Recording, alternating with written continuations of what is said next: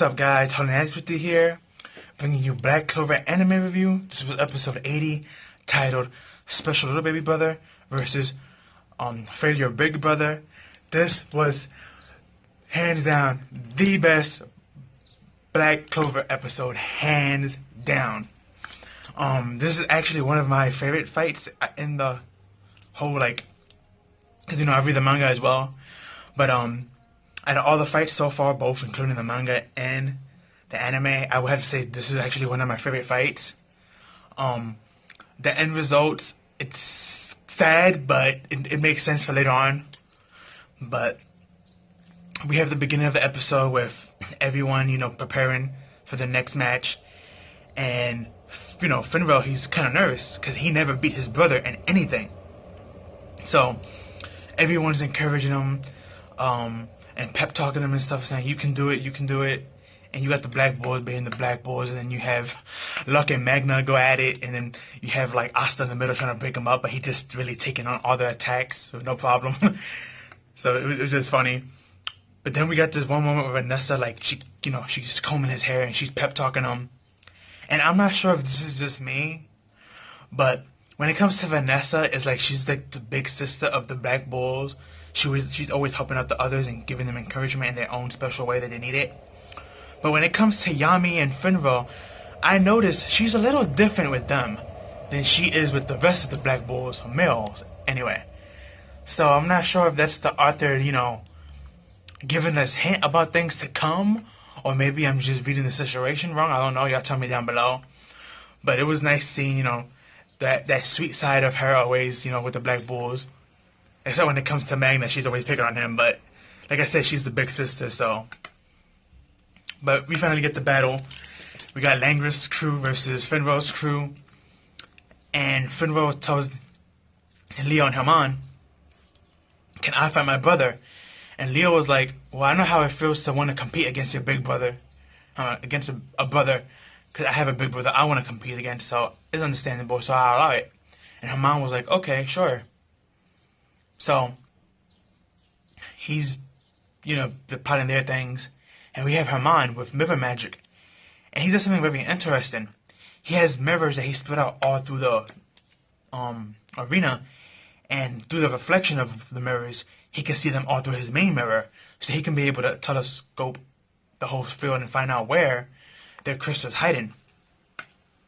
So once he starts doing that, Finrell noticed that Langris is on Saki's motorcycle magic bike, and they riding towards straight down.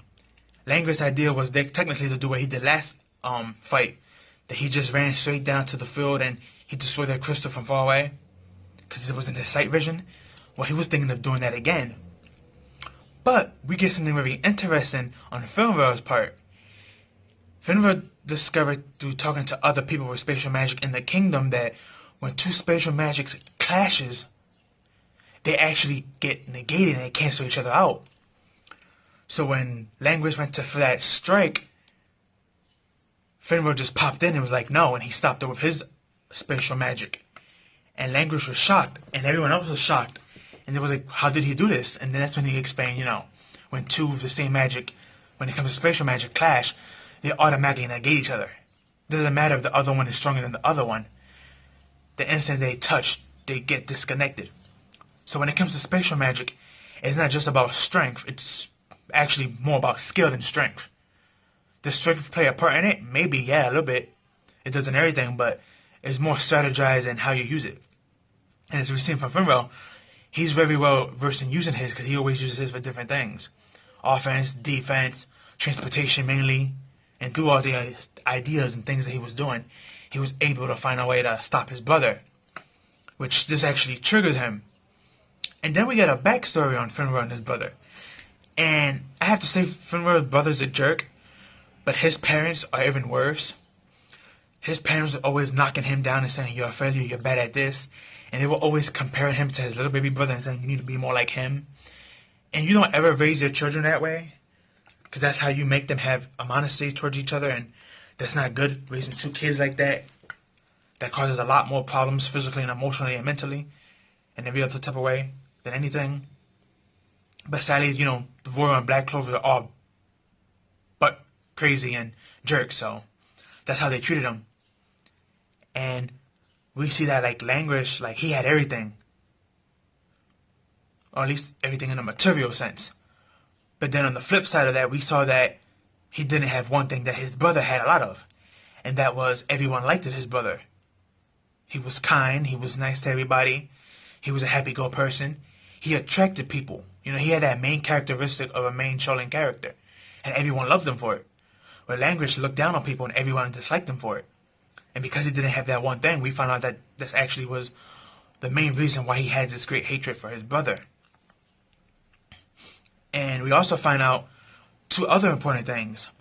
That they have the same father, but not the same mother. Language just stated in this episode, or I believe Finra, one of them stated that we have different mothers. So that's the reason why his mom was so down and kicking Finra down with lifting up her son. Because Language is her biological son, so she wants him to be the next heir. And we get to see that girl that was talking about that last couple episodes back. If you ever remember, Language said if something were to happen to you, she's going to cry. And we see a figure in the background with long black hair, but we don't get to see her face. Well, we get to see her face in this episode in the flashback. Her name is Lady Finesse, and she's actually the niece of the current king of the Clover Kingdom. So, yeah, that jerk of a king, well, his niece is going to be the wife of whoever the head is of the Vale family, which sadly will be Linguist. And another thing that triggered Linguist is the fact that he ever heard her say to him that I find you to be more of a wonderful mage than your brother. That really triggered him. So the fact that Linguist was basically liked by nobody but his brother was, that really pissed him off. Then having his future fiance say, I think you're a more wonderful mage than your brother, that really got him upset. So these two grudges he'd been holding for years since they were kids on him. So during their clash, you know, we have this one panel where he's like, I'm tired of you looking down on me, and I'm tired of you saying that you're going to beat me. And he released all his energy, and when he released it, it was like this black aura. And everybody that was there was like, oh my god, what is this aura? But the Black Bulls and the Wizard King noticed that it was very, very similar to Reto's. Exactly similar. If you ever remember when Reto and Finra, when they used their third eye, they had that black aura releasing from them. Well, that is technically what happened to Finra. Languish, the little brother. And his something like these black spatial orbs, which he shot at Finra, and Finra shot his green ones back at him. Because that's the color of their magic. And when that was done and said, we see Finra on the floor with like holes in him, and his crystals were behind him in holes and just falling down in pieces, and the battle was over. But for Language, that wasn't good enough. So he got in front of his brother and he raised his hand, and when he was about to swipe his hand down, as you see in the thumbnail, it was so clutch seeing this.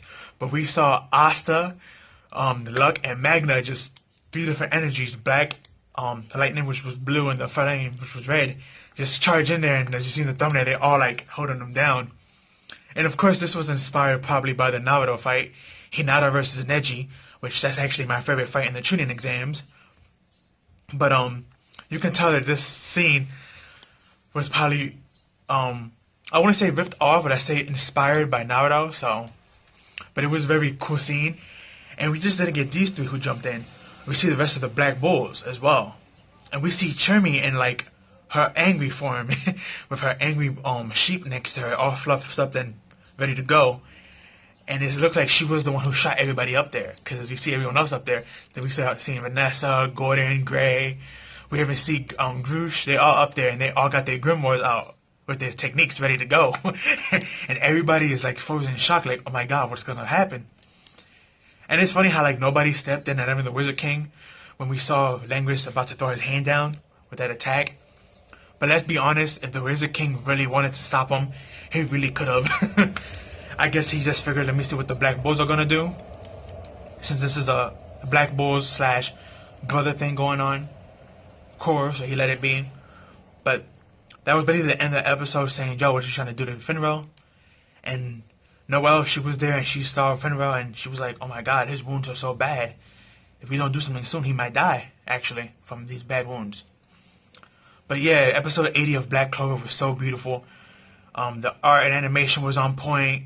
That jump in was freaking awesome. I loved it. It reminded me again of my favorite fight from Naruto, which is the Hinata versus Neji from the Chunin exam. But this was a really great episode. And I can't wait for next week's episode because the preview showed that it seems like the Black Bulls are going to be arguing with this guy. And we see that the Wizard King finally steps in, so I'm not sure what's going to happen. I mean, I don't think Languish is going to get disqualified because he won the battle. He didn't kill nobody, so even though he did attempt murder in front of everybody, trying to kill his brother, but he failed, so he probably lose points for that or whatever, but I don't think he's going to get disqualified. But hopefully Filmer's okay because, you know, he's one of my top characters, so. But that's all I have for you guys. Please like, comment, share, and subscribe. Share with your family and friends. Give this video a like. Follow me on Twitter. Link will be down below.